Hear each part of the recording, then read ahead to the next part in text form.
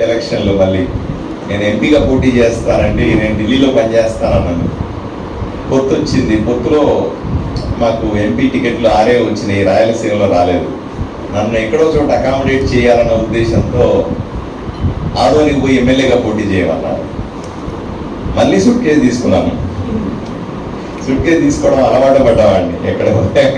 ఎక్కడ పంపిస్తే అక్కడ పోవడానికి అలవాటు పడ్డామండి. మళ్ళీ వచ్చి ఆదోన్లో దిగాను. 28 రోజుల్లో మీ అందరి ఆశీస్సులతో ఎమ్మెల్యేగా మేము నిలబడి ఉన్నాం. ఇది బ్రీఫ్గా నా చరిత్ర. నా చరిత్రను ఎప్పటికప్పుడు ఓపెన్గా ప్రజలకి చెప్పడం నాకు ఇష్టం. ఎందుకంటే దాపరికం లేని అత్యంత నిజాయితీతో కూడినటువంటి నా ప్రయాణాన్ని నేను చాలా సంతోషంగా చెప్పుకుంటాను. ఒక డాక్టర్గా మనం ఎన్నో కళ్ళు కంటాం.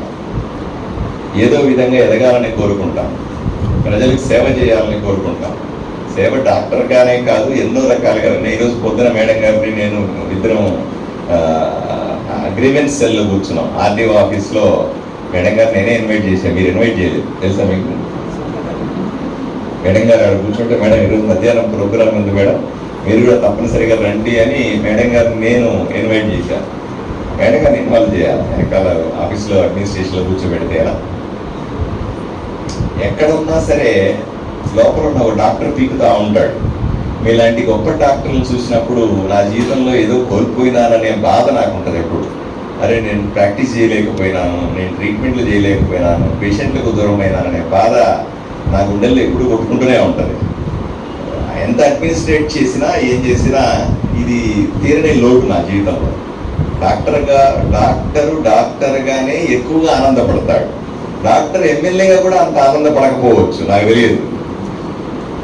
ఇంకే పదవి వచ్చినా అంత ఆనందం ఉండదు. డాక్టర్గా ఉండడానికి ఇష్టపడతాడు. కానీ నాకు దేవుడు దూరం చేశాడు, ఆ వృత్తిని దూరం చేశాడు, ప్రాక్టీస్ని దూరం చేసినాడు.